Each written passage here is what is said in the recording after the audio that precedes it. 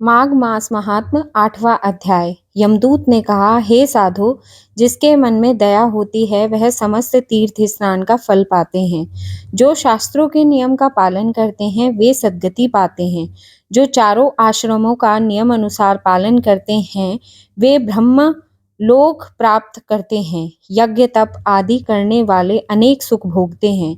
जो ब्राह्मण लोभ को त्याग कर वेद पाठ का प्रचार करता है वह हरि चरणों में स्थान पाते हैं।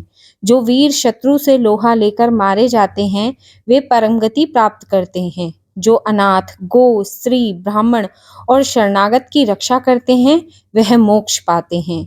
जो अपाहिजों पर दया वृद्ध बालक रोगी निर्धन आदि की सहायता करते हैं वे स्वर्ग प्राप्त करते हैं। आपत्ति के समय गो और ब्राह्मण की रक्षा करने वालों की सद्गति होती है। जो प्राणी गो ग्रास देकर भोजन करते हैं कुएं तालाब आदि बनवाते हैं और सदैव जीवों पर दया करते हैं वे स्वर्ग पाते हैं।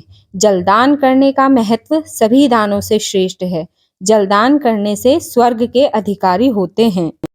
हे श्रोता, जो प्राणी नीम पीपल इमली कैत आंवले आम आदि के वृक्ष लगवाता है वह कभी नरक नहीं पाता है, चाहे वह निपुत्र ही क्यों ना हो।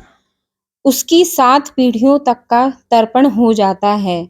मार्ग के किनारे छायादार और फूलों वाले वृक्ष लगवाने वाला मोक्ष की प्राप्ति करता है। जो इन वृक्षों को कटवाता है वह नरक के कष्ट भोगता है। जो तुलसी के पौधे लगाते हैं वे यम की ताड़ना से मुक्त रहते हैं। तुलसी के प्रभाव से यमदूत वहां नहीं जा सकते। तुलसी के प्रभाव से पितृगण स्वर्ग को प्राप्त करते हैं। हे वैश्यपुत्र, नर्मदा दर्शन गंगा स्नान तुलसी स्पर्श इन तीनों का एक ही समान फल होता है।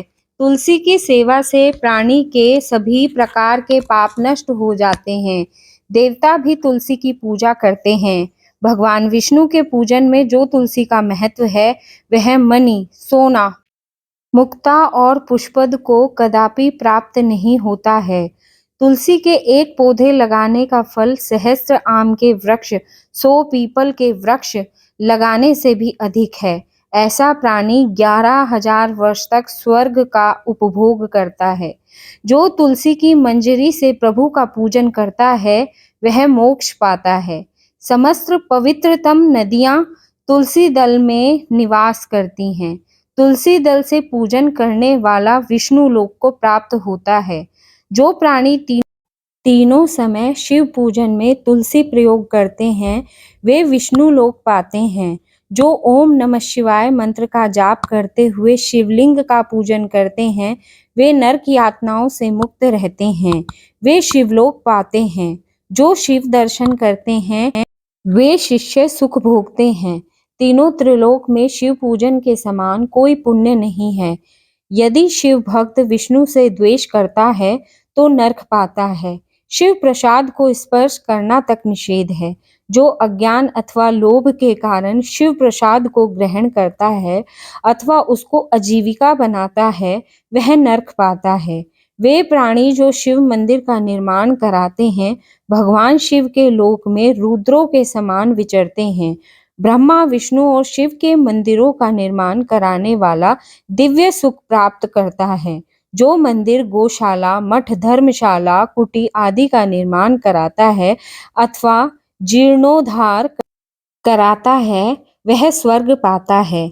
जो यज्ञशाला वेद मंदिर विद्यालय अथवा ब्राह्मणों के लिए गृह निर्माण कराता है या मरम्मत कराता है वह नरकगामी नहीं होता। जो इन स्थानों को नष्ट करता है लोभ में पड़कर बेच डालता है उनको आजीविका का साधन बनाता है वह 21 बार महारोख नरक को भोगता है। गो ब्राह्मण मठ मंदिर आदि की आजीविका खाने वाला अपने परिवार सहित नरक में जाता है। मठ मंदिर का अन्न नहीं खाना चाहिए। यदि भूल से खा ले तो चंद्रायण व्रत करे। यदि मठाधिकारियों का स्पर्श हो जावे तो उसी समय वस्त्र सहित स्नान करे।